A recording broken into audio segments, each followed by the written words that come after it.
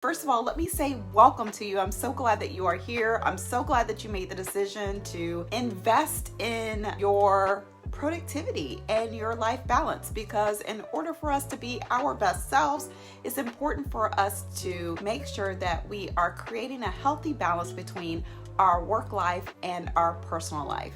And one of the ways that we do that is through making sure that we utilize our time effectively and efficiently. I know that many of us have a ton of responsibilities, whether it's in the workplace or in our businesses or in our careers or in our personal lives, because we wear so many different hats. We may be parents, we may be spouses, significant others, we may be leaders in our community, we may be mentors, and all different types of roles that we play, and we are being pulled in a million different directions on a day-to-day basis. So it's really important for you to implement some strategies, implement some things that are going to help you to be more productive and be more effective with your time, so that you can get done all the things that you want to get done and still have time for play, and still have time for self-care, and still have time for all the adventures and relaxation that you really want to have in your life. Let's go ahead and dive into today's topic. Today is all about finding the time to do all the things on your to-do list without going crazy and without sacrificing sleep, because there is a way for you to do it. And I'm going to be sharing with you today 5 strategies for how you can fit in all the things on your schedule that you really desire to fit into them. The very first strategy that I want to share with you today is to figure out what your time wasters are. We all have them. Even though I am the productivity princess, I still have a tendency to waste time just like everyone else. I get distracted just like you, especially when it comes to social media, because, as a digital marketer, I spend a good bit of time on social media interacting with other people, engaging with other people, not just for business purposes, but just because I want to engage with the people that I'm connected with. And as a result, it's easy to get sucked into the abyss, the never-ending scroll of social media. So I get it. It's easy to end up wasting time, not just on social media, but other things. It could be watching TV or just, sometimes we just space out. So identifying what your time wasters are. In fact, there's some statistics around here. 80% of people waste time during their workday. Now that varies from person to person how much time, but research has shown that people waste anywhere from 30 minutes to 3 hours of their workday. This is just your workday. Now it's only about 10% of the people who are on the extreme level of the 3 hours. However, even 30 minutes or an hour, 2 hours of your day is a great deal of time when you're talking about only 8 hours of work time. What would happen if you were able to reclaim 30 minutes a day of your time? You're talking about 2.5 hours of your time per week. What could you do with an additional 2.5 hours in your week? So many different things that you could get accomplished, right? So figure out, what are the things that you typically get sucked into.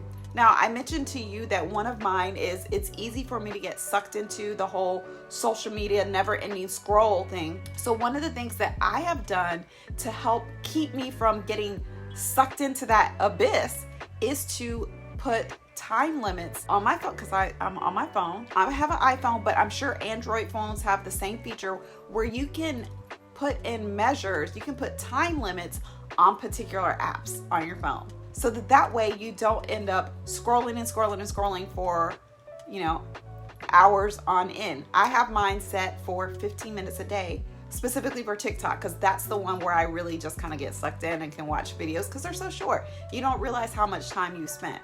But figure out, what are the apps that you typically end up getting sucked into? Is it conversations with coworkers or your staff members or family members? What are the things that you find yourself getting distracted by? And then once you know what those are, put in some measures, put in some boundaries so that you're better able to mitigate those distractions from your day. The next strategy that I want to share with you is to delegate or outsource.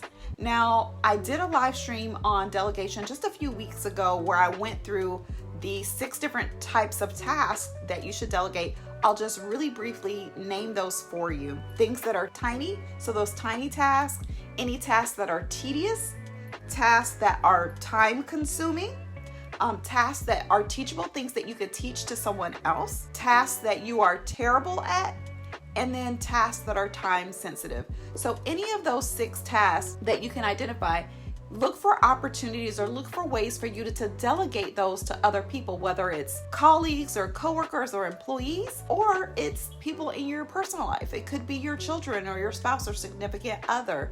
It could be friends, right? Look for opportunities for you to delegate those 6 tasks to other people. Now, if you're not in a position where you can delegate, maybe you own your own business and you're a team of one, and so the only person you have to delegate to is yourself. Look for ways to outsource. Perhaps you can hire a virtual assistant to work for you a few hours a week, or maybe you go on Fiverr or Upwork, TaskRabbit, someplace like that, and just hire someone to do a one-off project for you. There are a myriad of ways that you can either delegate or outsource tasks to other people so that you can free up your time to be able to focus on only the things that you can do or the things that are most important to you, right? So delegate or outsource. The next strategy that I want to encourage you to use is to eat your frog. So this term stems from a quote from Mark Twain where it says, if you eat a frog first thing in the morning, that's probably going to be the worst thing that happens to you for the rest of your day. So when it comes to your task or getting things done, eat your frog. What is that? Identify the task that is going to require the most energy or most focus, or the task that you're most likely to procrastinate on. There's the P word, right?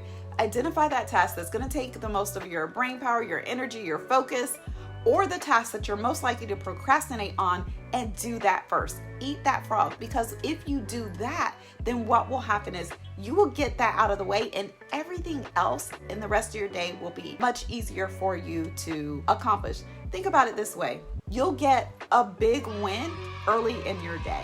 And then, you can do the whole, give yourself a pat on the back. Yes, I feel accomplished. I got that done. And now I can move on and do some of the things that don't require as much mental agility, mental focus, or the things that, I enjoy doing, right? So eat your frog. Do the thing that you're most likely to procrastinate on, or that's going to require the most effort and energy first thing in the morning. The 4th strategy I want to share with you is to learn to say no. Now, I know that sounds really basic, and you're like, Trasetta, that's not really a strategy, but oh yes, it is. It really is a strategy, because it's so easy for us to get into this people-pleasing mode where we're telling people, saying, anyone that comes along, asking us about things, we might feel a little guilty, might feel a little pressure, and we'll say yes to it without even realizing the impact that it's going to have on our own productivity or on our own schedule. And I've talked about this before. One of the things, what you can do, I encourage you to ask yourself these questions. When someone comes and asks you to do something that's going to require your time, energy, and effort, first ask yourself, is this something that you want to do? Because it's very easy to be like, say yes to, to agree to do something that we don't necessarily really want to do because it's someone that's important to us or someone who we value, or perhaps we feel like we owe them something. It's really easy for us to say yes in the moment. But ask yourself the question, is this something I really want to do? If it isn't, then politely decline. Tell them, one of my favorite phrases, I'm sorry, I'm not available, and then move on. But if it's something that you do really want to do, then ask yourself this question, do I have time? Take a look at your schedule. Can you actually fit it into your schedule? Do you have the time to devote to that particular activity or task? If not, again, politely decline and tell them you're not available for that particular task. But if you have both the desire to do it and you have the time, then by all means, say yes. Otherwise, say no and keep on moving. One way to make sure that you have time for the things that you really want is to make sure that you're not putting things on your schedule that are going to pull you away from the things that are most important to you. And my final strategy that I'm going to share with you today for finding time to get things done is to actually schedule your time. Now, I know that probably sounds, like, okay, that it makes sense for me to schedule my time, but my time is all over the place. Get in the habit of actually making a date with yourself once a week to plan your week in advance.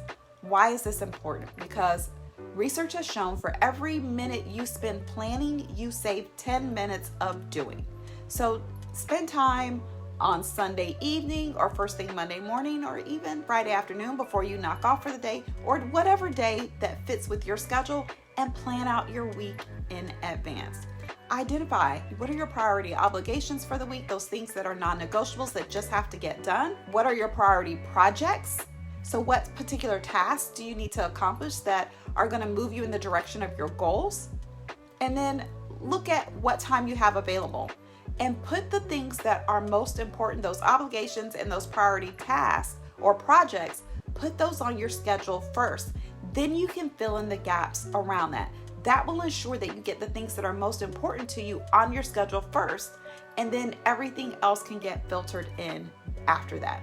Now, if you want a little bit more support on starting the practice of planning your week in advance, I do have a free resource. If you haven't already downloaded that, I know many of you probably have, but if you haven't, I have the weekly planning routine training. I think the training is about 20 minutes where I walk you through the process of actually planning your week in advance, as well as a corresponding or a workbook to walk you through that process, that weekly planning and review process.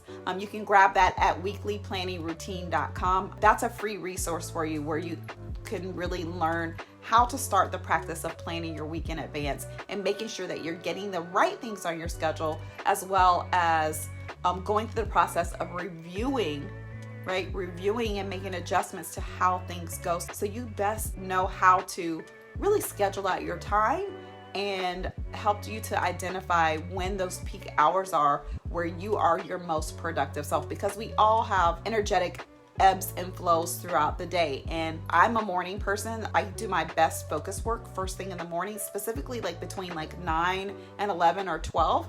That's my peak hours for anything that really requires a lot of mental capacity. Late afternoon, you can forget it.